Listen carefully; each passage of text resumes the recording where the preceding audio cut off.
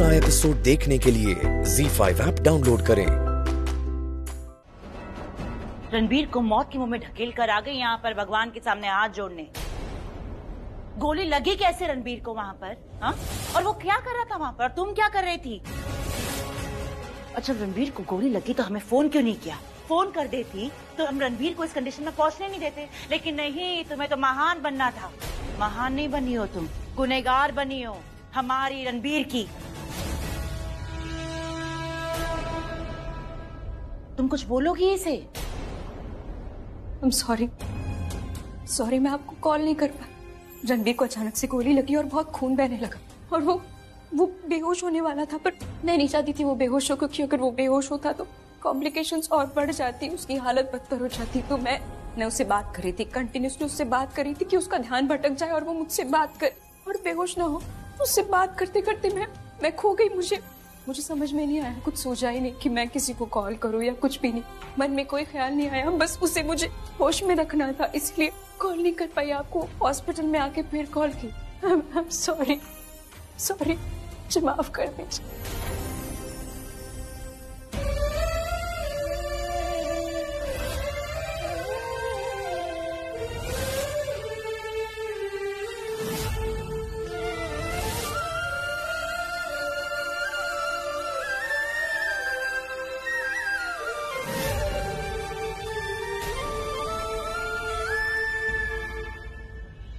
तुम गले लग रही हो इसके? अरे इसकी वजह से ही रणबीर की जान खतरे में आई है।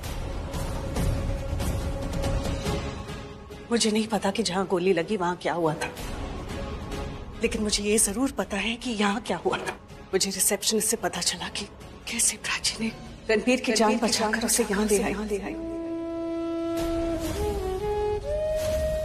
कैसे वो सबसे लड़ पड़ी जब उसका ट्रीटमेंट शुरू नहीं हो रहा था।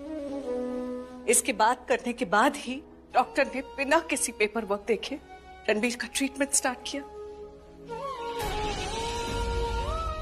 और फिर ऑपरेशन थिएटर में उसकी हार्ट रेट जब ड्रॉप हो रही थी तब प्राची ने उसका हाथ पकड़ा,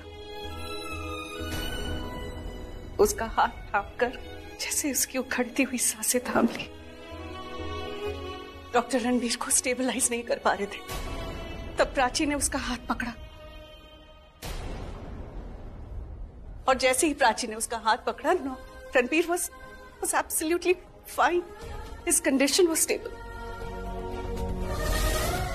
मैं नहीं जानती कि उस वक्त जब गोली लगी तब रणबीर कैसा था, लेकिन इस वक्त रणबीर कैसा है ये जरूर जानती हूँ। ZEE5 ऐप डाउनलोड करें और देखें सारे एपिसोड्स बिल्कुल फ्री।